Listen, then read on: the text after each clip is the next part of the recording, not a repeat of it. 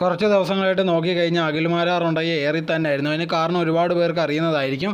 അങ്ങനെ ഇരിക്കുന്ന സമയത്തുണ്ടെങ്കിൽ ലേറ്റസ്റ്റ് ആയിട്ടുണ്ടെങ്കിൽ ഒരുപാട് പേര് പറയുന്ന ഒരു കാര്യം ഇതേകണത്തുള്ളൊരു മെൻറ്റാലിറ്റി കൊണ്ട് എങ്ങനെയാണ് അഖിൽമാരാർ ജീവിക്കുന്നത്, അവരുടെ ഭാര്യയ്ക്കും മക്കൾക്കും ഉണ്ടെങ്കിൽ എന്തൊക്കെയാണ് സംഭവിക്കുന്നത് എന്നുള്ള രീതിയിൽ ചോദിച്ചുകൊണ്ട് ഒരുപാട് പേര് രംഗത്ത് വന്നിട്ടുണ്ടായിരുന്നു.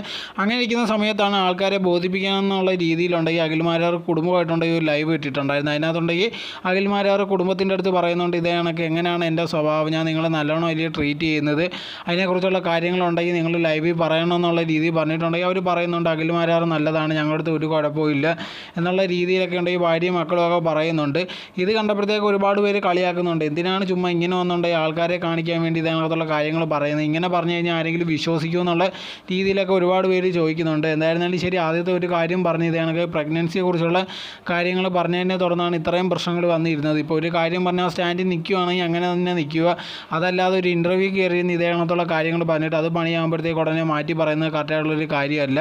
ഇപ്പോൾ ഇതും കൊണ്ട് വന്നപ്പോഴത്തേക്ക് പിന്നെ ആൾക്കാർക്ക് ഒരു അവസരം കിട്ടി വേറെ ഒരു ട്രോളുമായിട്ട് വരാം. അതേ സമയത്തുണ്ടെങ്കിൽ ആ കാര്യം അവിടെ വിട്ടിരുന്നെങ്കിൽ പിന്നെ ഉണ്ടെങ്കിൽ ഇതേ പിടിച്ച ആൾക്കാർ വരാനേ നിൽക്കത്തില്ലായിരുന്നു.